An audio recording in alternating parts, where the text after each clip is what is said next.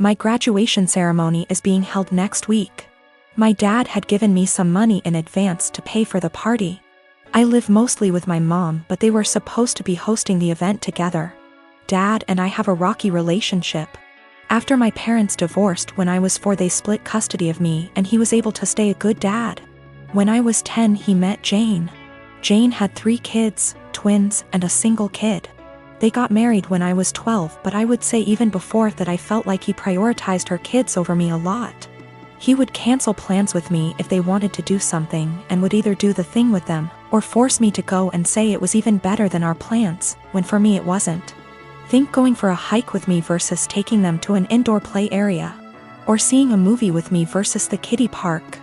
One more example is when I was given a ticket for a concert my dad and I both love. He was supposed to buy a ticket to come with me for some father/son time, but actually spent it on his youngest stepkid who wanted their room painted. He told me at the last minute and it hurt. There are other times stuff like this happened. He didn't show up at the hospital when I broke my arm because one stepkid was getting their tonsils out and wanted both him and his wife there. He told my mom over the phone to tell me he was proud of me for being brave and understanding. When I would bring this stuff up to him, he'd tell me it was natural to feel jealous of sharing his attention. That was all he would say.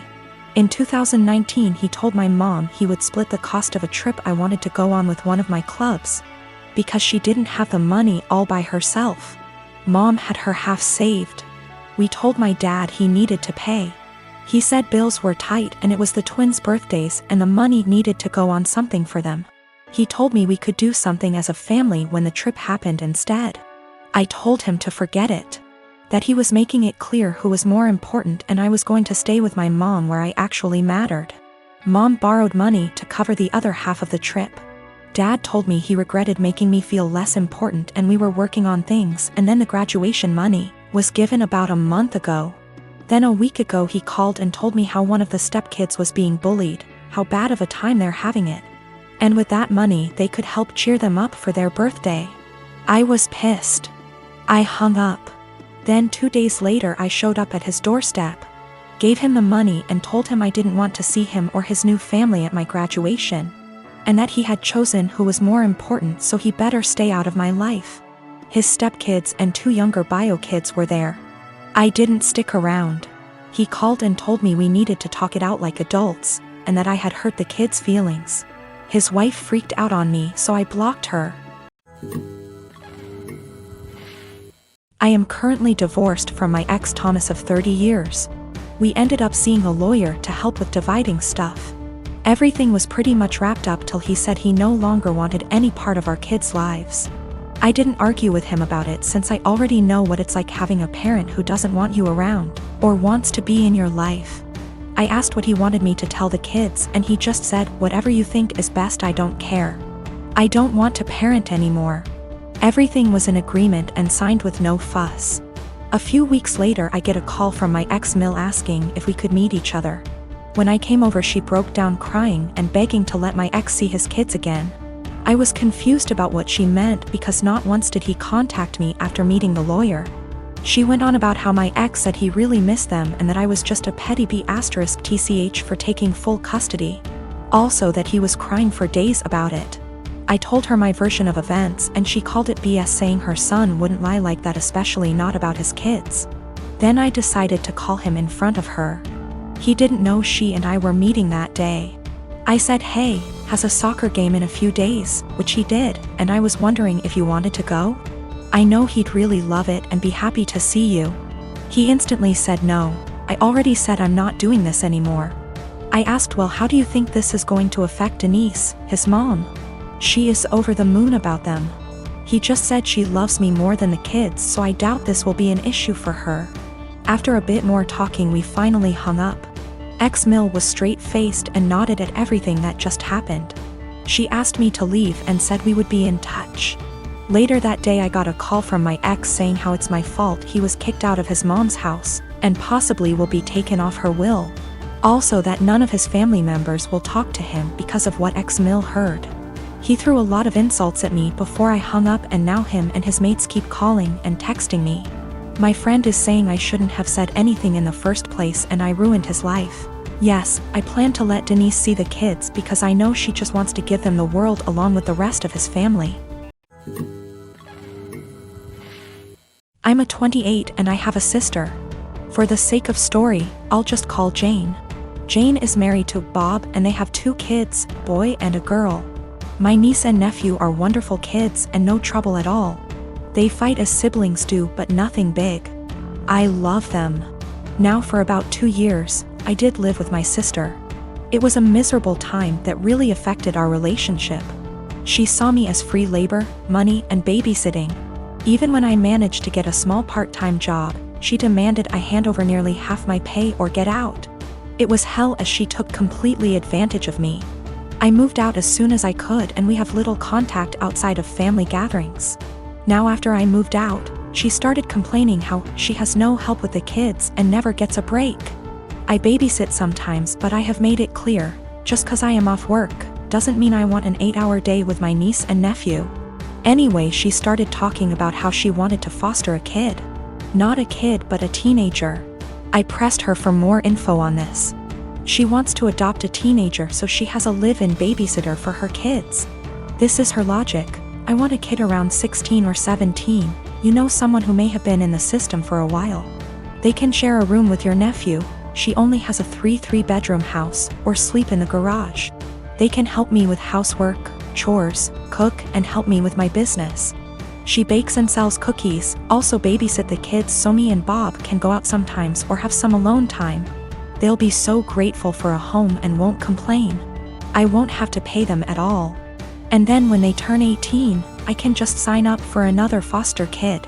A teenager will be so much easier than a little kid. They will be grateful just to have a roof, food, siblings if they have been separated from their real ones, and clothes. I was horrified. Told her it was a horrible idea. She didn't listen to me. She went on with it anyway. About a month ago, a social worker showed up at my apartment to ask me some questions about my sister. She had put me down as a character witness or something like that. I immediately told the social worker why my sister really wanted to foster a kid and how she treated me when I lived with her. The lady thanked me. My sister called crying, saying that she wouldn't be considered for any adoptions or fosters. The social worker told her that they felt her home and her weren't a good fit. She asked if I said anything, and I told the truth. She went off on me, hung up, and we haven't spoken since. She has sent some angry texts. A couple family members are on her side. They think foster kids are dogs or something and would be so happy just to have a roof and would gladly do all the housework. No child is in control of the circumstances that may have landed them in the foster care system. They are children and still human. They deserve a loving home and care. Do right by a foster kid. So, my fiancé took up cooking during quarantine. We used to cook little and instead ate a lot out of the house. We could afford it and tended to eat healthy. Of course, we can both cook, but given our busy schedule, it was easier to eat out. Also, to be honest, I don't really like cooking and consider it a chore to be avoided. I love food, but there are other things that I would rather do in my own time.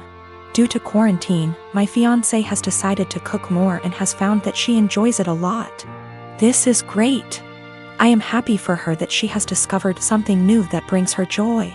Turns out she's pretty good at it too, and she cares about learning new skills, etc., so I benefited too. I still don't really like cooking myself, as I said, so in exchange for her putting all that effort into cooking, I help her out by paying for takeout in the evenings when she doesn't feel like cooking, and also I do everything else, wash the dishes, clean the table, etc. on the days she cooks.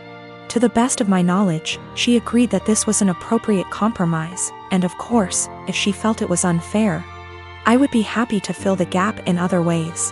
But she seemed to enjoy it. As her culinary experiments expanded into baking and became more complex overall, she began to involve me in cooking. I would go into the kitchen to have a drink and check it out, and she would say, "Oh, could you help me chop this while I fry this?" Or something like that. I cut carrots for her or something like that, chatted with her about food, and then went back to my business. I didn't mind it at all. But gradually I became her sous chef, especially when she wants to cook food together. Keep in mind that her culinary experiments are complex and sometimes take 2 or more hours. So my whole evening goes into these culinary endeavors, and it happens several times a week. On top of that, she tends to boss me around in the kitchen and can be a little rude. As you can probably guess, we got into a fight over this. I told her that I don't like her attitude in the kitchen when I help, and I don't like to cook in general. I would feel better helping her if she wasn't so rude to me. But honestly, I don't want to spend 8+ hours every week cooking. It's not my hobby, it's hers. If she wanted me to take part in cooking, I bought everything or cooked something simple. She was very upset. She said it was unfair, that I was enjoying the fruits of her labor but not doing my part. And that cooking took 2 hours and dishwashing/cleaning only half an hour.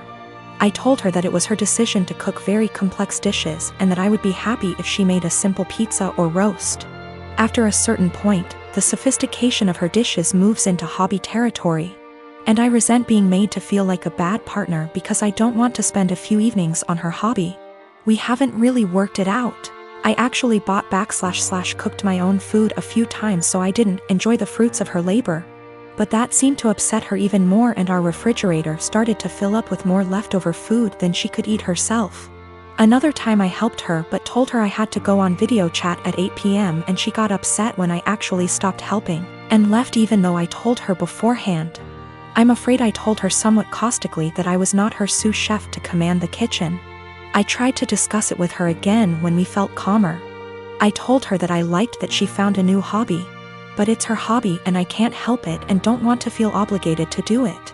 She countered that it was not feminist of me to put the cooking on her and benefit from it without helping her.